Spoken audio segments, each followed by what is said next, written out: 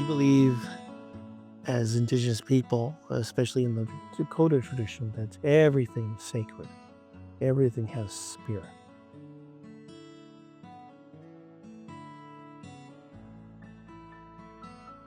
My name is Noah Johnson.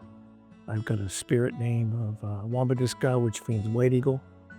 I use in ceremony, and my role here at Edgewood is Indigenous support worker. I facilitate the Indigenous program here. The lived experience for Indigenous, Métis, and Inuit people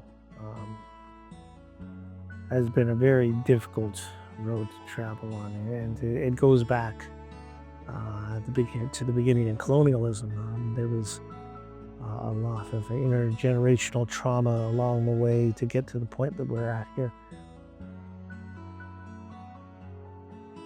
My name is Leo Nazil. I'm Wet'suwet'en from the Luxilio clan, from the House of Many Eyes. I'm one of the clinicians here at Edgewood. Being First Nations off reserve, there's a huge difference of acceptance at many levels. But it also gave me the skills of fitting in and using my education, differentiating two different worlds and bringing them together rather than looking at the differences. A lot of it involves, ceremony. A lot of it involves the connection to the land, the connection to each other, the connection to Mother Nature, to Creator. As we talk here, the Indigenous patients have access to some of the Indigenous group programming that happens on Wednesdays on a weekly basis. They have access to an elders weekly program where they all collect in a room and talk about, their connection, their problems. So they're able to speak in an open forum with a very experienced and loving elder on some of the things that are bothering them. We like to do a lot of land-based teaching and healing. We do what's called a river or oceans spirit baths, cleansing. We do cedar brushings. We do forest bathing. That's once again connecting to our environment, feeling that we can be a part of something greater than ourselves, and what better place than nature.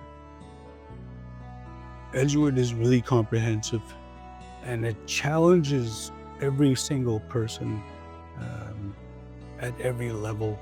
There's a spirituality part. And there's also the lesson with the Sweat Lodge is it's a beautiful lesson. And every single person who's participated in that realizes the magnitude of how much healing that happens. And there's every man and woman and everybody in between would go in, and they don't realize it, but they sweat for the past 7 generations and a future 7 generations. And there have been so many individuals who come back or come out of a sweat lodge, and when they leave, they say that was one of the best experiences that they've gone through. They finally have a choice to decide on where their journey is going to take them. And I think that's one of the best things that we allow them to have here at Edgewood, is we allow them to start to believe in themselves. And then eventually that leads to having faith in themselves. And but the first part is to give them hope. It's an honor for me to work here, and there's a term that they have that I learned a long time ago. They call it the House of Miracles.